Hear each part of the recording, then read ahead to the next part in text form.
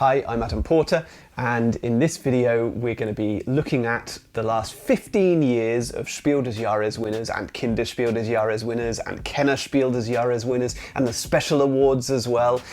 All of the awards, and this is the most prestigious award in the board game industry. But what we're looking at is ranking these games on the basis of title alone. You might want to go back and watch the primer video that I've also released, which is where I talk in some depth about what I think constitutes a good board game title, and hopefully has lots of useful tips there if you're trying to come up with a title for your game. So what we're going to try and do today is put that into action and have a look at a bunch of games which have definitely been successful, right? They've proven themselves by winning this most prestigious award. But what do we think of their titles? Or more specifically, what do I think of their titles? Because you're probably going to disagree, which is absolutely fine. Please tell me in the comments, and if you like this video and you like what I do, please subscribe to the channel and share my videos widely. Okay, so we're going to start off with the Spiel des Jahres winners before moving on to the Kinderspiel and then the Kennerspiel. So let's start with Spiel des Jahres 2023 winner was Dorf Romantik. I mean, we're going title alone, right? And I know this is based on a known property. This one is based on a computer game or a video game of some sort, I believe. So, I mean, it's got brand recognition, right? It's a strange title though, isn't it? I wonder why that game was so successful if it had this title. Was it translated in other countries? Probably not. I guess if it's called Dorf Romantik all over the world as a board game, it presumably was as an app as well. It's a strange title. I'm not. It's sort of intriguing, I suppose. It's got 2 words, nice and short. There's no alliteration in there or anything. The word romantic is quite intriguing, particularly with that big K at the end. But I'm not so keen on the word Dorf. C tier, okay? C tier for Dorf Romantik. So, I mean, obviously that hasn't dented its success, but I'll be saying that about each of them, I guess. Cascadia is the next one. What does Cascadia even mean? Do you know, this is one where the title has actually, I think it's part of the reason why I've never played the game. I'm sure that I would love Cascadia. The more I hear about it, the more I think I'd really like it. It's a strange word. Is it a nonsense word? It can't be a nonsense word. Let's look it up. What does Cascadia mean? It's a land of falling waters. Cascadia names what it does. Why does it flow in 1,000 different streams off 1,000 blue hills, white water streaming down the green flanks of the Pacific slope in 1,000 different ways? Okay, that's fair enough, isn't it? That's an actual geographic term that I'm just too stupid to know. It's one of those words which is a little bit unfamiliar, but unfamiliar in quite a good way, like it sounds quite exciting in a way. I don't know, it's made me want to play the game a little bit more now I've actually bothered to look up what that is. I'm only, 2 years too late. So Cascadia, yeah, we'll say that's a B tier, okay, B tier. Can't go any higher than that because frankly the name was putting me off a little bit, even though that's my own fault. Micro Macro Crime City. I thought this was a bit odd when I first saw it, but maybe in a good way. Like I remember my reaction to it.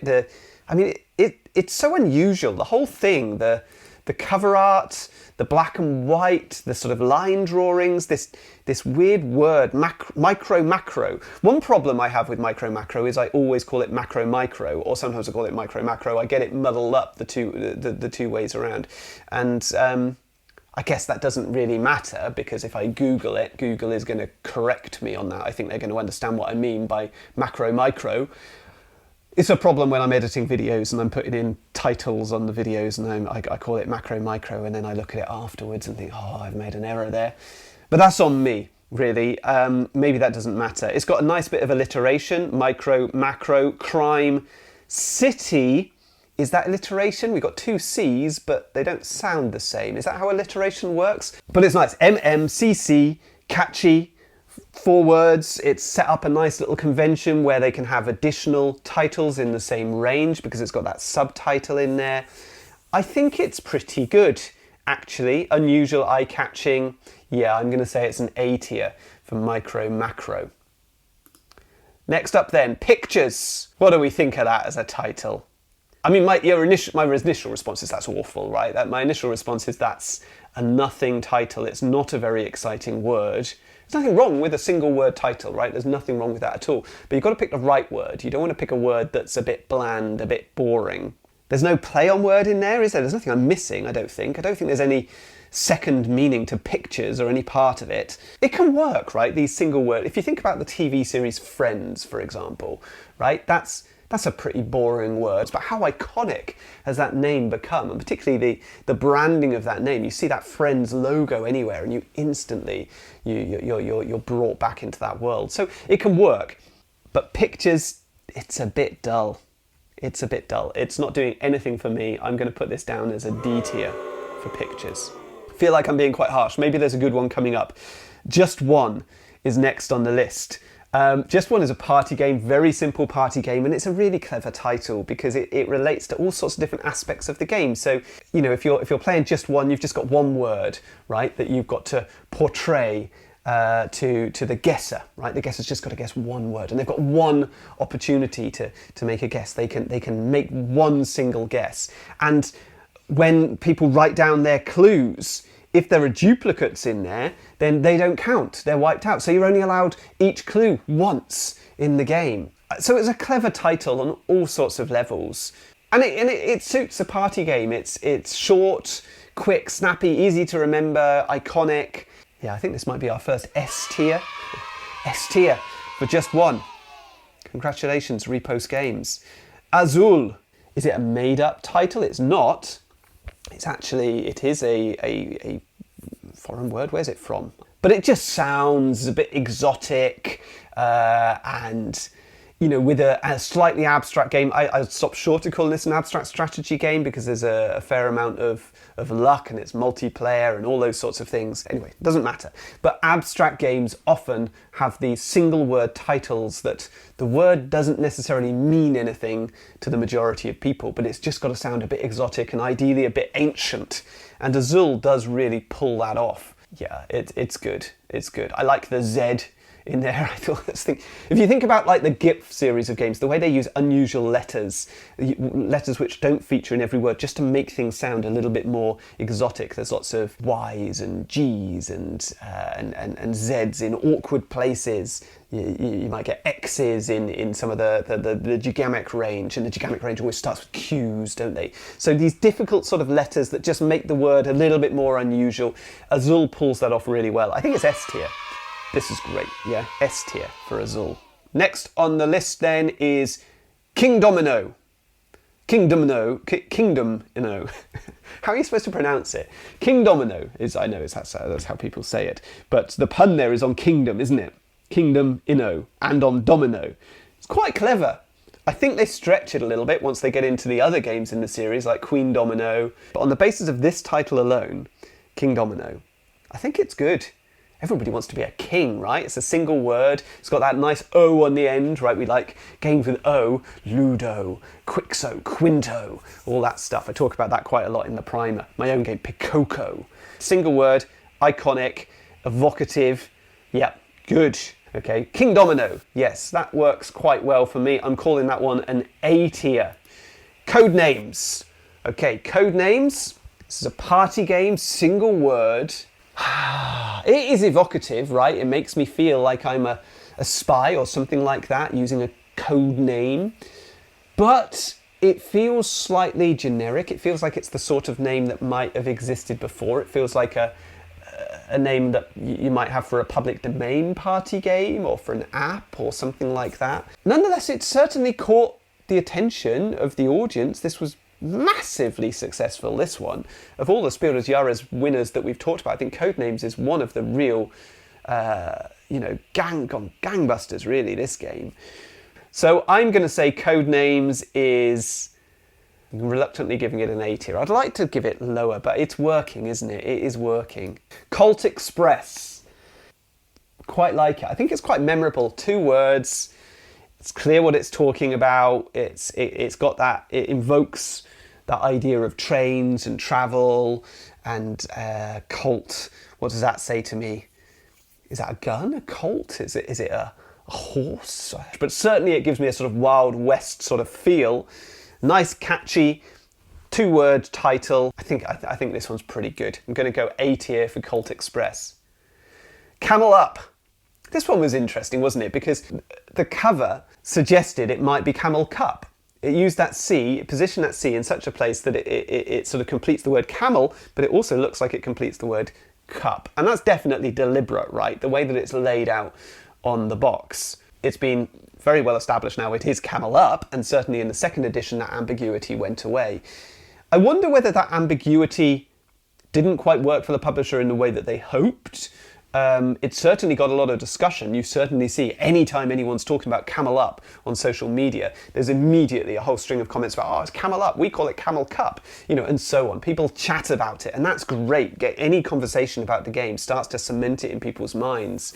It might be a little bit confusing if people are searching for the game, if they're referring to the game and they're getting the title wrong. Maybe they're getting the title wrong in advertising, brochures, catalogues, when they're talking about it on podcasts and YouTube channels. Maybe that doesn't help the brand identity. I don't know the reason why they've adopted a clearer naming system for the second edition. It was fun, the whole Camel Up, Camel Cup thing.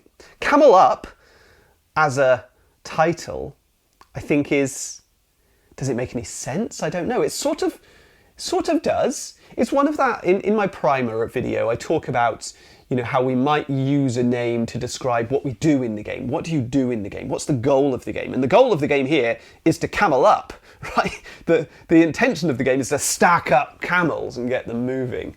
So I think it sort of describes what we're doing in the game, and that's a good title. B tier for Camel Up. Camel Cup. Camel Up. Next up then is Hanabi. Hanabi is another one of those exotic sounding words that probably the vast majority of the audience don't know what it means. I don't know what it means. What does Hanabi mean? Oh, it's fireworks. Just means fireworks. Well, there we are. Again, it's me being stupid because there are fireworks on the front of the box. It's pretty clear that Hanabi refers to the fireworks. And of course, that has very little to do with the game because it is a purely abstract card game. But nonetheless, they've opted for an exotic sounding word. I can't really fault it. I don't love it, but is that because I don't love the box cover and I'm not even all that fond of the game? B tier for Hanabi.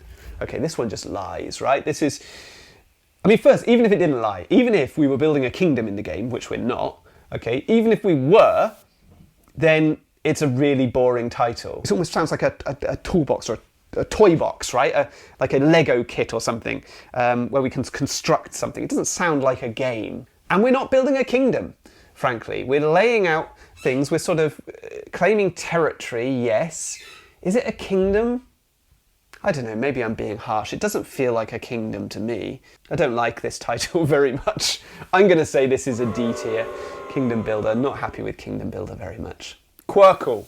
This was a concern for me when it was decided that my game was going to be called Quazzle, right? Because I thought, well, that's pretty close to Quirkle, isn't it? But, that wasn't the intent. Quazzle is a quick puzzle. People didn't necessarily interpret it like that. They thought that, I think if you hear the word Quazzle on a puzzle, you assume quiz puzzle. And ours is not a quiz puzzle, it's a quick puzzle. What is a Quirkle? Don't know, it's nothing, is it? It's just a made-up word. I quite like the use of a Q when we're dealing with cubes. Although we're not dealing with cubes in Quirkle, we were dealing with squares.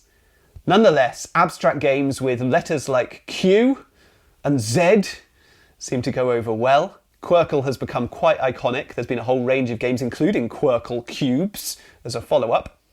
It's a pretty good title. It's an A tier, I think, from me for Quirkle. Dixit, another game which uses that unusual letters, the big X in the middle. The X is even sort of bigger than all the other letters in the title on the box cover. What does Dixit mean? What does it mean?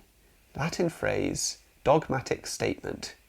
Don't know what the Dixit bit refers to. No, I can't work it out. There's obviously some deep meaning there, but it just comes across like a nonsense word, doesn't it, really? These nonsense words can really work, can't they? Particularly when the game has no particular narrative, as Dixit doesn't. Dixit is a story, sort of a storytelling game. It's a creative game, at least, but there's no set theme. It's all sorts of different worlds included in this game. So I think Dixit's hard to separate from knowing how iconic it's become. I'll call it an A tier for Dixit. Unsure on that one, really. I love the game so much. It's hard to separate that from the title. Dominion doesn't really capture what you're doing in the game. I like the word Dominion, right? Dominion is quite a powerful, snappy, memorable single word. There ought to be a game out there called Dominion. I'm just not sure this is the one, right? Because Dominion is a pretty abstract game, again, really. You know, it's got the artwork and it's got the nomenclature. I've got no problem with the theming of Dominion. It's fine. And I don't really have an issue with the title either. It just doesn't quite... I think the word Dominion suggests more power and authority and control and interaction, perhaps, than you get in the game. Maybe it's another one where the game lies a little bit, but it doesn't matter, because even if it sort of brings you into playing the game under false pretenses, the game's so good it kind of gets away with it. So I'm going to call this one a B tier for Dominion. Unlock Game Adventures. Okay, so Unlock was one of the special award winners. Okay, so we've done 15 years of Spiel des Jahres winners. This is a special award winner. I can't remember what the special award was for. Doesn't matter. Unlock. What do we think of the title Unlock? It's brilliant, isn't it? As an evocative title for an escape room game, Unlock. Perfect. Describes exactly what you're going to be doing in the game. It's iconic. It's short, snappy, memorable.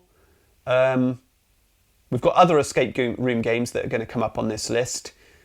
I think Unlock is probably the best title for an escape room game.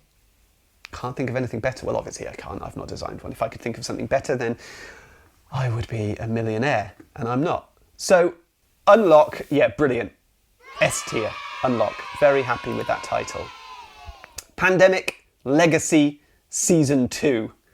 Right, I've unpicked this one quite a lot in the primer video, so if you want to know my thoughts on that, go back and watch that one. I think it's a bit messy. It's got too many bits and pieces in it. It doesn't work without the history, the legacy of the Pandemic series behind it, right? You've got to have understood that world before you're going to get into this. That legacy is massive. I've never noticed that before. The legacy is the main part. It's almost like Pandemic is the subtitle, right? The game title, if you just look at the box, appears to be Legacy, with Pandemic as a sort of little surtitle, and then Season 2 as a smaller subtitle there. That's interesting, because Legacy has of course gone on to be utilised in all sorts of games entirely unrelated to this system. Am I interested in playing a game that's called Legacy that happens to be part of the Pandemic series? I think it's a little confusing because it's got too much going on, so I'm calling it an A tier because I like each individual part, but when all thrown together, I think it's limiting its audience slightly. Here's another one that won a special award. This is World Without End. What was the special award? 2010 Spiel des Jahres Special Prize for Game of the Year Plus. Does this predate the Connoisseur award? Yes, it's the year before the Connoisseur. So essentially, this is a Connoisseur winner before the Connoisseur existed, because it's for the Spiel des Jahres Plus award. World Without End. So this is a game that's named after a novel, isn't it? And so that's great. I mean, it ties in with the IP immediately. Obviously, it's recognisable. So now we've got to analyse the actual the words itself. And it's unusual as a board game title, because most board game titles are either nonsensical or very, very literal. Okay, you don't get too many poetic board game titles, and maybe that's something that we're missing. Maybe we ought to be doing more of those poetic titles. I don't know what the game's about. I really don't, but it's intriguing. What is the novel trying to put across? It's about a world that never ends. So for me, it's a really interesting experiment. I like it. I wish more games would do it, but I don't know whether it's a commercially sort of valid move. So I'm going to say it's a B tier. Okay, World Without End. Space Alert. Yeah, that's pretty exciting, isn't it? I mean, action-packed titles, right? Your title needs to reflect the feel of your game, right? The tone of your game. Space Alert is really exciting, full of peril, right? I think that's a good title. Maybe you could look at it and think it's slightly cheesy. I don't think that matters. We're not dealing in, sort of high art here. Don't get me wrong, I think board games are art, right? But we're not dealing in high art, right? We're not hanging this up in the Tate, okay? Space Alert says you're going to have a fun, action-packed time, and that's what I want from a game like this. I don't want sidereal confluence. I want Space Alert, okay? Something exciting. So yeah, good. I like it. I'm going to call it an A tier for Space Alert. And then finally, this is another of the special awards. What special award was this? Probably Party Game, wasn't it? A special award for party games back in 2009? Gift Trap. Oh no, Gift Trap, the Hilarious Gift Exchange Challenge. So the name is Gift Trap, but it's got all this other massive writing on the box. Weird. Gift Trap. Is that a play on words? Gift Trap? Don't know. It's not immediately jumping out at me. There must be something there. That must be some sort of play on words. Gift Trap. Does it sound like something? Does it rhyme with something? Gift Trap? No, it's not really working for me. I guess I don't know what we're doing. I don't know the game, right? But I'm guessing that we're giving other people gifts, but some of those gifts are going to be negative. They don't want them. You're trying to catch people out in some way. That sounds like a good interactive party. It's quite a memorable name, quite sort of iconic. I wish it meant something a little bit more and had a little bit more obvious wordplay in it, a double meaning in there or something like that. I'm going to call it B tier. Quite like it, Gift Trap, for a party game. And that's the end of our Spiel des Jahres and special awards. So now we're going to move on to the children's games. And so we'll start out with the 2023 winner, which is Mysterium Kids, Captain Echo's Treasure. So they're presumably planning to do a whole range of Mysterium Kids if this is successful. If they've given it a subtitle like that, Captain Echo's Treasure, they could release more episodes along. I quite like Captain Echo's Treasure. It's quite intriguing, isn't it, as a family game or a children's board game. I think I'd go and watch a film called Captain Echo's Treasure, or read a book called Captain Echo's Treasure, so why not play a game? I like the name Mysterium. It's a lovely word, like mystery, and the ium on the end just makes it a bit unusual and gamey and iconic. It takes a normal word and just tweaks it a little bit, but without being stupid about it, right? They haven't just misspelled the word. I like it. I like the kids, frankly, I quite like the kids subtitle. I prefer it to Junior. I think it's less patronising than Junior, Scrabble Junior, Monopoly Junior. It's less patronising than My First, okay, My First Stone Age, which I think we're probably going to come on to, so I'm probably giving something away there. So, yeah, it's working for me. Mysterium Kids, Captain Echo's Treasure. Perhaps it's a bit like Pandemic Legacy. There's a little bit too much going on, so I'm going to give it an A tier rather than an S, although I do like it very much. And I don't know, but I suspect maybe I'm going to like more of these kids titles than I do the adult ones. I'm immediately going to prove myself wrong here. Oh no, I don't mind this one. Magic Mountain. I like alliteration, right? Magic Mountain, 2 M's in there. This feels, I don't know, maybe it feels a little naive, like it almost goes a bit, it becomes a bit preschool. I mean, what age is it for? 5+, so it is pretty much preschool, actually. It's probably right for that age group, okay? Because there's no subtlety to it, is there? Magic Mountain. I mean, it's pretty on the nose, right? There's no subtlety. It's a bit naive, but that's fine for the age group. Alliteration, nice naive title for a preschool sort of audience. Fantastic. Magic Mountain, I think it's an A tier. Dragomino, I think it's rubbish.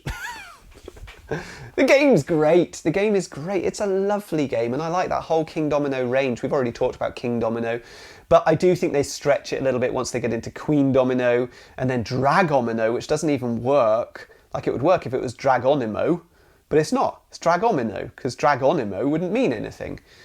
Mind you, neither is Dragomino. They may as well have gone for it. Dragonimo. That would have been better, I think. But actually they've abandoned all of this, haven't they? With the latest King Domino releases, they went with King Domino Origins, which they could have called Prehistomino or something like that. And then for the most recent one, Moon River. Nothing to do with King Domino at all, is it? And they haven't even, I don't think there's even a sort of reference to King Domino on the box. Maybe there is. Maybe I'm mistaken. Again, we're off topic. I don't like the title Dragomino, even though I really, really like the game. for young kids. This one is another sort of almost preschool level game. So we're going to call it D tier. Okay, it's pretty terrible, I think. Hard for kids to pronounce as well. Okay, Hedgehog Roll. There we go. Straightforward, fun. What do we do in the game? Hedgehog roll. Roll hedgehogs. Okay, it's clear what we're going to be doing, what the goal of the game is, what the theme of the game is. It's catchy, easy to remember, easy to say. Lovely. Really, really like it. I'm going to say hedgehog roll. Can I bring myself to call it an S tier? I can't, because there's nothing that clever about it, is there? I'll call it an A tier. Really good. Can't fault it. Hedgehog roll. Valley of the Vikings. Yeah, that's great, isn't it? Where does this game take place? In the Valley of the Vikings. Why am I asking you that? It's because in my primer video I talk about different ways that you can kind of come up with game titles, and one of them would be to ask yourself, who is this game about? Or where does this game happen? When does it take place? Well, where does this game happen? In the Valley? Who is it about? It's about the Vikings. Nice alliteration, Valley of the Vikings. It sounds exciting. Yeah, I think this is great. This is S tier. For a kid's game, really exciting. In fact, I'd like that in an adult's game. I'd like to play a strategic Euro called Valley of the Vikings. I'd rather that than Nijaldavir or... I don't know how to pronounce those games. There is a game called something like that, isn't there? Valley of the Vikings, much easier. Dragon's Breath. Yeah, Dragon's Breath. I mean, you've got to remember some of these titles are translations, so maybe they work better in the original German. Funkelschatz. That's a nice word. I don't know what Funkel means, but Schatz is treasure. What does Funkel mean in German? Twinkle. Glittery. I might be getting this completely wrong. Funkelschatz. Twinkly treasure. That's a nice title, and it's a lovely word. I don't know, I'm calling this one B tier. It's okay. It's all right, B tier. We haven't done many C's, have we? Need to watch out for some C's. High school. Say it quickly, it sounds like high school. I like that. I like the double meaning. And ice cool, it just feels modern. I mean, the graphic design on it was great as well. And of course, I'm a little bit, but I've worked with Brain Games on 3 games, so I might be a little bit biased about Brain Games, right? I like Brain Games. But iSchool is a great game, and iSchool is a great title because it's got that extra layer to it where you say it and it means something different and it gives you the setting of the game. But it's also a really exciting, funky, modern title. Love it. iSchool, S tier. What a great title. My First Stone Age. Oh, I don't know. I don't mind the title Stone Age. When does this game happen? In the Stone Age. My First. I find it a bit patronising. Yeah? Like My Little Scythe. I don't know. I don't really like Stone Age Junior, as I said. I'd rather they found something a bit cleverer, like the Mysterium, not necessarily kids, Stone Age Kids. I'd quite like that. Stone Age Kids actually works quite well. I like the title, The Kids of Carcassonne. Like the Kids of the Stone Age would work really well here. Or just Stone Age with a little subtitle that makes it clear that it's about children. Why can't it just be Stone Age and then a nice little title about the characters and what they're doing in the game? Not Stone Age style as the goal, which was the name of the expansion. That was terrible. So maybe they've played it safe, a bit too safe here. I think this is D tier. I think it's really boring. Spinderella. Yeah, that's really nice, isn't it? Again, I'm not biased because I've no reason to love Zochverlag as much as I do. It's not like they've ever published any of my games. I meet with them regularly. They're lovely people and I adore their games, okay? Zochverlag is one of my favourite publishers, probably my favourite publisher. And Spinderella, I don't think I've played Spinderella. I've seen it. It looks great. Off topic, totally off topic. Spinderella is a fantastic play on words, isn't it? Sounds like Cinderella, but it's got spin in there, it's got spiders all over it. Very clear what we're going to be doing. Clever, memorable, fun to say, evocative. Yeah, love it. Absolutely love it. A tier, no, S tier. S tier for Spinderella. Love it. Ghost fighting treasure hunters. Oh, now we are cooking on gas. Full steam ahead. Ghost Fighting Treasure Hunters is a great title, okay? Who's this game about? It's about treasure hunters. What are they doing? They're Ghost fighting. Great. Perfect. Absolutely love it. Fun to say. No, maybe it's not easy to remember, like, but you look it up. You write into Google game about hunting treasure and ghosts. It's going to come up, right? You're not going to struggle to find it. Really fun. And actually, the German title was even better. Geister, Geister, Schatzumeister. Geister, Geister, Schatzumeister. Schatzzuckmeister. My pronunciation is not great. So I'm assuming that means ghost, ghost, treasure, master? I don't know what the Zuck is. I don't know. My wife's German, but she gets very unhappy if I ask her to translate things. I think she's got bored of it over the years. Love it. Great game as well. S tier. In both German and in English. Enchanted Tower. The Enchanted Tower is fun, right? It's naive in a similar way to Magic Mountain, and it lacks the alliteration. But I actually think Enchanted is a bit more interesting a word than magic. Magic's a bit plain, isn't it? It's a bit overdone, it's a bit obvious. Enchanted is a more fun name. Get a thesaurus out, Magic Mountain. Okay. The Enchanted Tower does it a little bit better. I really like it. Evocative, fits with the artwork. A tier. Schnappt Hubi. Hubi is the name of the ghost. I've tried to work out already what schnappt means. I think it means grab or catch. So we're trying to catch Hubi. I don't know what Hubi sort of references. It's just a fun name, I think. So we're trying to catch this ghost. Schnappt Hubi. Catch Hubi. I think there's not enough board games that have an actual name in the title, right? And I'm not talking, in the Primer video I talk about Lorenzo il Magnifico and how I don't want to talk about some boring historical dude. I don't want to play Louis XIV, right?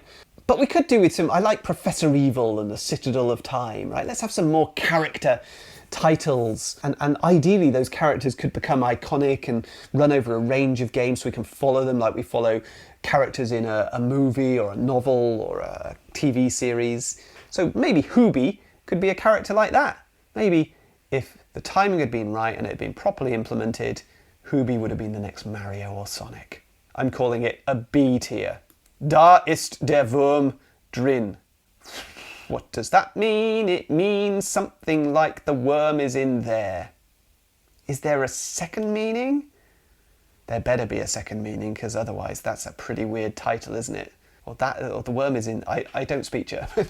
You might have guessed. You might have noticed that. I've got GCSE German a long time ago, and I try to speak to my in-laws in German, and it's this level, right? Very frustrating for them. Da ist der Wurm drin. I don't love it, but I don't understand it. So maybe it would be unfair for me to put it in the D tier because I don't understand it and I need some C's, so I'm putting it in the C tier. Never said this system was fair. Okay, Diego Drachenzahn. I've got this game. I really like it. Very, very simple, flicking little marbles. It's got a name in it, right? Like Hubi.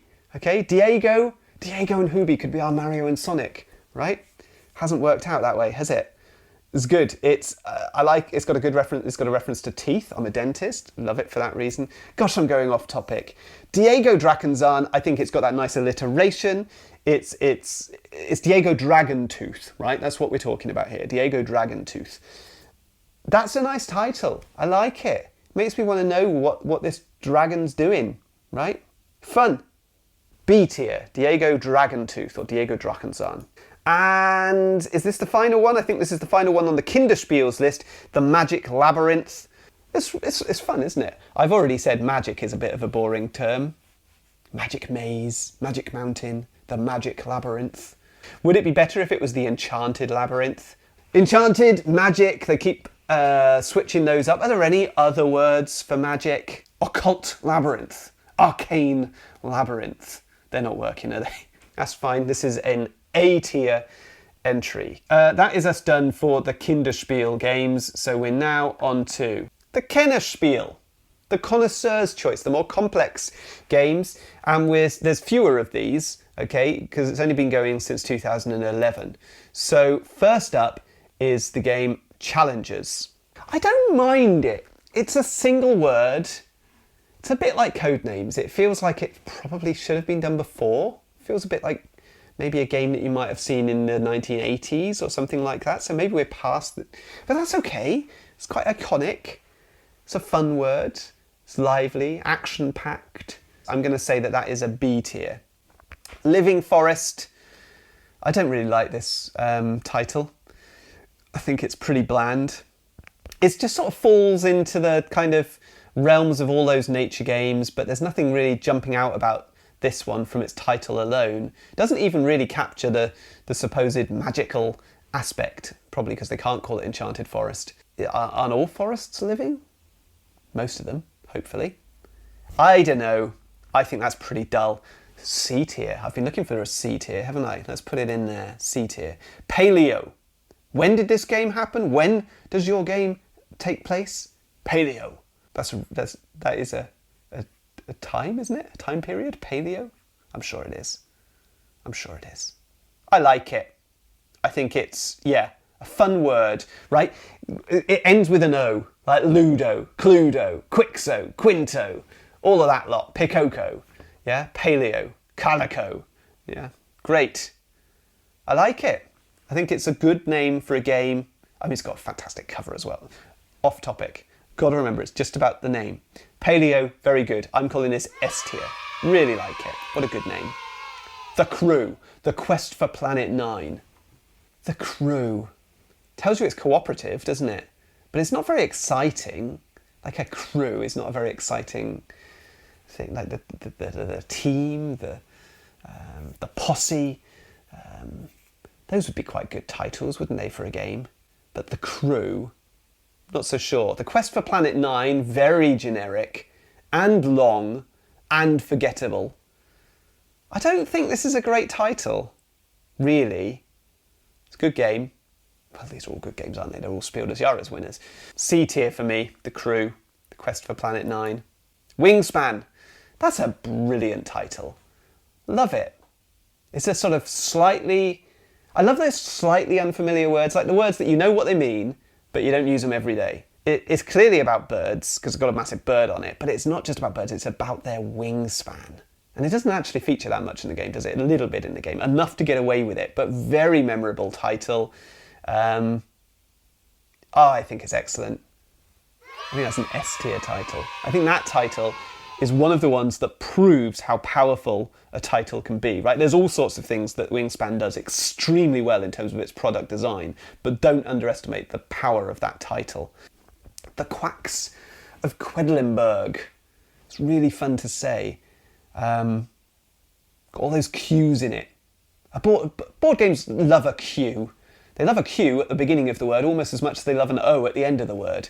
Quarto, Quixo, Quinto, Quacks of Quedlinburg. Really fun, silly title. It's a silly. I know it's a real place. It's very patronising of me, and Anglo-centric of me to describe a German town as a silly word. But Quedlinburg is a ridiculous place name. I'm sorry. The Quacks of Quedlinburg. Really fun, alliterative. Invites you to play. Probably a little bit hard to remember, but Quacks is easy, right? You type Quacks board game, and you're going to find it. Yeah, this is working well for me. I think this is an S-tier game, and you can see how they struggled to kind of follow this with Die Tavernen von Tiefenthal, or the Taverns of Tiefenthal. Like, this was like the follow-up from the same designer, the same publisher.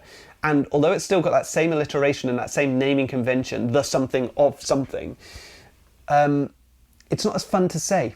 It's because it's T's rather than Q's. Simple as that, really, isn't it? Trips off the tongue. The Quacks of Quedlinburg. S tier. Love it. Exit the game. This is the... I haven't played the Unlock series, so I can't say which escape room series is better, but in terms of a title, I like the title Unlock better than Exit. Okay? Exit's got that nice X in it, like Dixit. Okay? Pixit. Okay? These are nice words. Exit is a nice word, but it's not quite as... I don't know. It's a bit more passive than Unlock.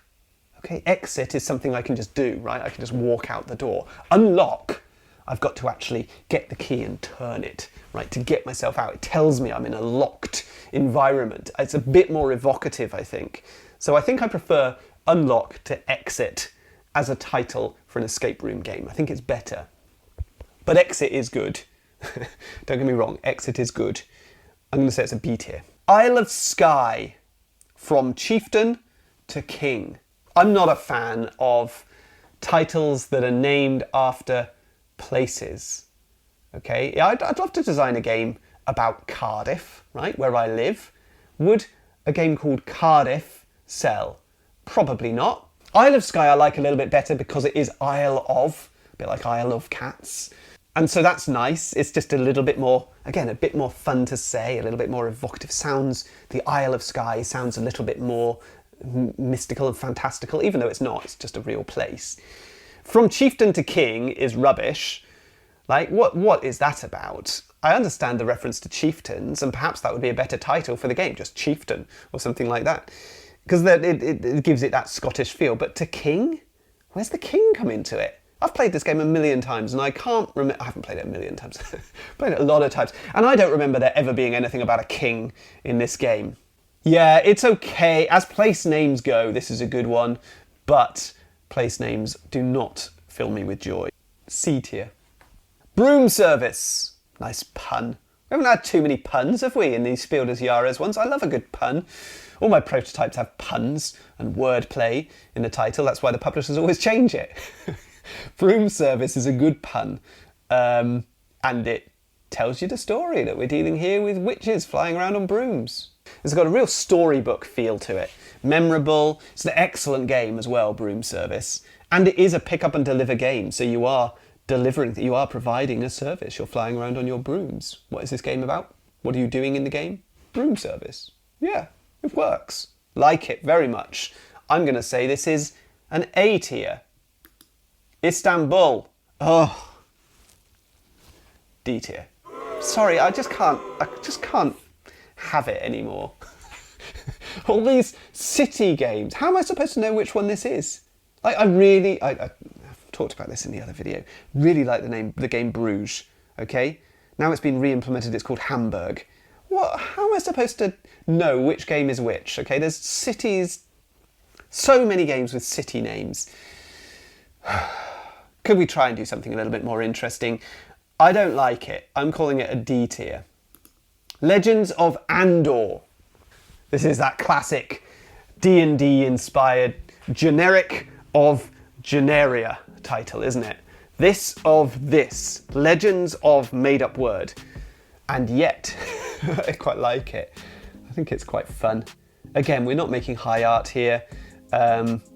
We're making board games, and this one sounds fun, fantastical. Andor's quite a nice name.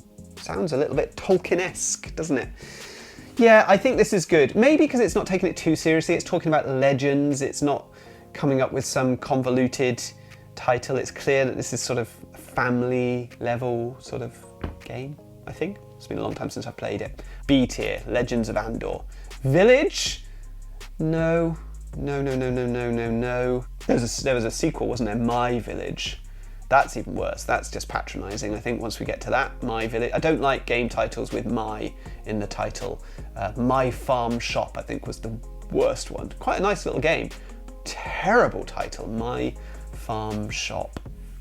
Don't like Village as a title all that much. C tier. Seven Wonders. Yeah, this is good. Really good. Exciting, recognisable, you understand immediately what it's going to be about. Real world setting, but not boring. It's not Istanbul, is it? It's not a village. It's Seven Wonders. Yeah, I love it. Great. There's a lot of stuff Seven Wonders does right in terms of its product design and its presentation particularly. In fact, I think repos are very, very good at this stuff. So, Seven Wonders, S tier. Really, really good. And that finishes us off, doesn't it?